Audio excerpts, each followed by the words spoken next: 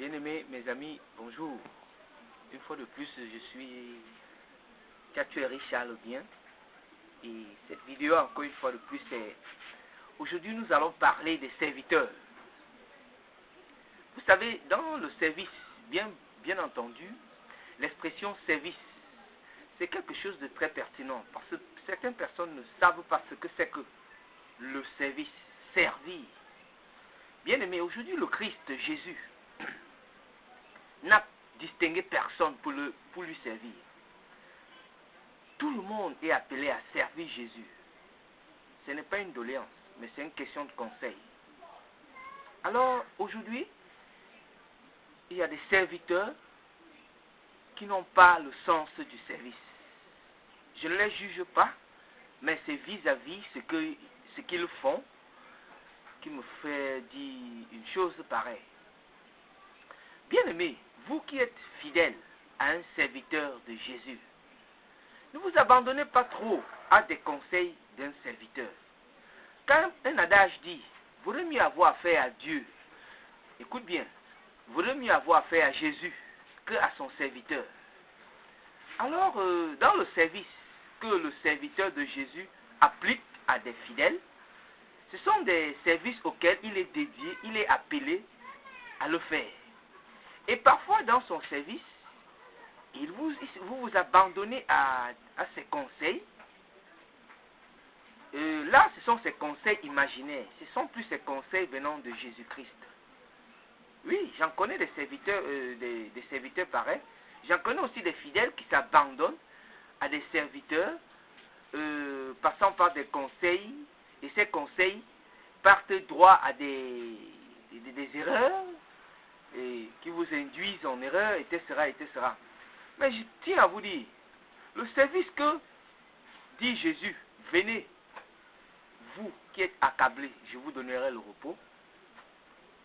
C'est lui, Jésus en question qui sert. Mais le service dont vous entendiez, venez écouter l'évangile. Bien après l'évangile, vous recevrez des conseils, vous recevrez parfois des chemins à emprendre qui n'est pas le chemin de Jésus. Alors, sachez, posez le pied à ce genre de serviteur, bien-aimé. Figurez-vous qu'aujourd'hui, je n'importe une personne, il y a des prêtres, il y a des pasteurs, il y en a autant de serviteurs. Et figurez-vous, et je tiens, je souligne à ceci, toutes personnes sont appelées à servir, tout le monde, à servir Jésus. Ce n'est pas une doléance, mais c'est une question de conscience. Alors, je voudrais dire à tous ces fidèles qui s'attachent à Jésus et qui veulent sincèrement servir Jésus, de lui servir avec toute la conviction que, hormis de Jésus, il n'y a plus autre chose à servir. Et dans le service que vous faites, faites-le avec toute la passion. Savez-vous la passion de Jésus?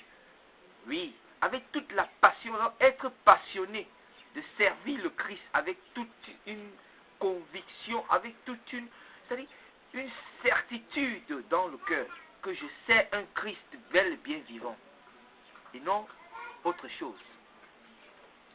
Les serviteurs sont aujourd'hui en train d'induire beaucoup de fidèles en erreur. Oui, lorsqu'ils le font, les fidèles s'abandonnent à partir ailleurs. D'autres disent que non, vaudrait mieux ne plus servir Jésus, etc., etc. Pourtant, c'est la manière dont l'on sert. Et cette manière, c'est ça que l'on parle du service. Et ce service est une chose très pertinente. Et j'aimerais aussi vous dire, fidèles, vous qui vous abandonnez à l'évangile de Jésus-Christ, à la parole de vie, celui-là qui est appelé à servir, il vous sert tout en donnant un sens dans votre vie. Un sens. Quel est ce sens? Ce sens est d'en prendre le chemin de Jésus. Où vous avez des difficultés, il vous donne le sens qui est la parole de vie, de lui, pour que votre vie soit un peu plus accablante. Ça ne soit plus accablante, je veux bien dire. Alors, dans son service, il est appelé à vous donner un sens auquel vous devriez emprunter un chemin plus clair. Un chemin qui pourrait vous donner un peu d'envie de vivre l'évangile. Mais il y a des serviteurs aujourd'hui qui disent qu'ils servent Jésus. Mais dès au moment où il faut vraiment servir Jésus, vous verrez, ils sont en train de servir autre chose. Bien-aimés, laissez-moi vous dire, si déjà vous attendiez que c'est Jésus qui vient, dit que vous n'êtes pas serviteur, vous n'êtes pas serviteur, il ne viendra jamais faire un tel truc. Jamais. Ne l'attendez pas qu'il vienne faire un tel truc. C'est à vous, fidèles, qui dites avoir suivi Jésus, qui allez reprocher ces serviteurs, que serviteurs de Jésus, oh, homme de Dieu, était sera. Je crois que vous aviez fait tel truc qui va à l'encontre de la Bible. Sachez aussi dire un tel truc à un serviteur. Ne dites pas toujours que, bien comme il est serviteur de Jésus, c'est Jésus en question qui est face à vous. Non! Il y a des erreurs qu'il commet. Dites-le lui parce que lui-même, qui est serviteur, il n'a pas le monopole du savoir en Jésus. Car c'est chaque jour que l'on apprend Jésus. Il n'y a aucun jour que tu ne peux apprendre Jésus. Parce que c'est tous les jours qu'on apprend à connaître Jésus. C'est tous les jours. Celui qui me dit sur terre qu'il connaît Jésus à fond, bien aimé, je vais lui dire qu'il s'assoit bien avant de mieux m'expliquer parce que ses paroles ne seront que vagues. Chaque jour on apprend à connaître Jésus. Et lorsqu'un serviteur dit qu'il convoite le peuple de Dieu, dit qu'il emmène le peuple de Dieu à écouter l'évangile et les induit en erreur, bien aimé, je crois que je ne suis pas mieux placé pour les juger, et je ne les juge d'ailleurs pas. C'est juste une façon de dire, vous fidèles, c'est à vous de leur dire, parce qu'on dit, si Dieu est moi, toi, lui, etc., si l'ensemble s'assemble pour donner un verdict, je crois que le serviteur doit dire, ouais, je m'excuse. Et dès qu'il s'excuse, il faut qu'il promette de ne plus le reprendre face vis-à-vis à vous. Parce que figurez-vous aussi qu'aujourd'hui, nous ne sommes plus des personnes, il y a autant de serviteurs, nous sommes confondus, nous sommes confrontés, c'est vrai. Chacun veut servir, c'est bel et bien beau. Mais, à savoir, quel genre de service? Chacun veut servir Jésus. À savoir, est-ce que c'est vraiment ce Jésus? Oui, parce que derrière, il y a certains qui se cachent pour en faire autant de choses. Bon, vous voyez un peu, le service de Jésus n'est pas appelé à être convoité pour son propre intérêt. Non. Tu convoites Jésus pour diriger vers le chemin de Jésus. Et non convoiter les fidèles pour diriger pour tes propres intérêts. Bien-aimé, je tiens à te dire, il y a une chanson qui chante au dernier jour du grand retour. Seras-tu capable de rendre compte à Jésus ce que tu as fait? S'il te plaît, je t'en prie, vous, serviteurs, sachez servir. Je ne vous décourage pas, plutôt je vous encourage parce que c'est grâce à vous que ce monde vit une paix. C'est grâce à vous que ce monde vit une plénitude de foi et de joie. Alors, sachez servir, vous, serviteurs, que tu sois prêtre, que tu sois pasteur, que tu sois évêque, que tu sois pape, que tu sois qui que ce soit, qui sert un Christ bel et bien vivant, bien-aimé, c'est de savoir servir Jésus. Car la vérité, ce n'est pas seulement de dire en personne ou en privé. La vérité aussi se dit en public. Quand on dit si le linge sale se lave en famille, le linge sale peut se laver en public de peur de le reprendre encore, ou soit de peur de ressalir ce linge. Bien aimé, vraiment, je crois que je ne lave personne, mais c'est un verdict.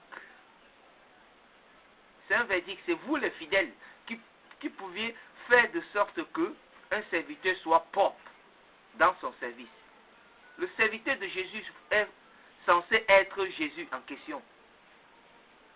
Parce qu'il dit, je suis le bon pasteur. Qui vient à moi rejette et porte sa croix et me suive. Oui, donc c'est pour dire, les serviteurs sont censés être comme Jésus. Et je n'ai jamais vu Jésus, dans tous les versets bibliques que j'ai lus, Jésus a dit, allez, amassez des biens, donnez, je vous garde, je garde pour vous. Ou soit, donnez-moi tel truc pour que je puisse être plus à l'aise, et etc. Non, Jésus n'a jamais dit un tel truc. Au contraire, Jésus disait même, prenez-vous bien, distribuez-les aux pauvres. Vends tout ce que tu as, distribue-le aux pauvres. C'est ce que disait Jésus. Mais aujourd'hui, les serviteurs qui disent, je veux faire exemple de Jésus, au contraire, amasse pour eux. Non, mais dis donc, ce n'est pas le service de Jésus, bien-aimé. Ce n'est pas le service de Jésus. C'est le service de soi-même.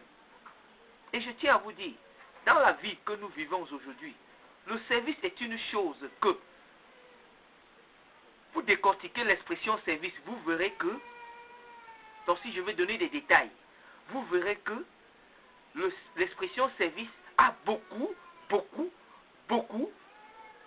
de trésors bien cachés à l'intérieur. Parce que si vous voudriez, je voudrais même prendre cette parole où Jésus dit, prêtez sans rien en espérer en retour. Ça, c'est un proverbe. Prêtez sans rien en espérer en retour. Ça songe vers le service.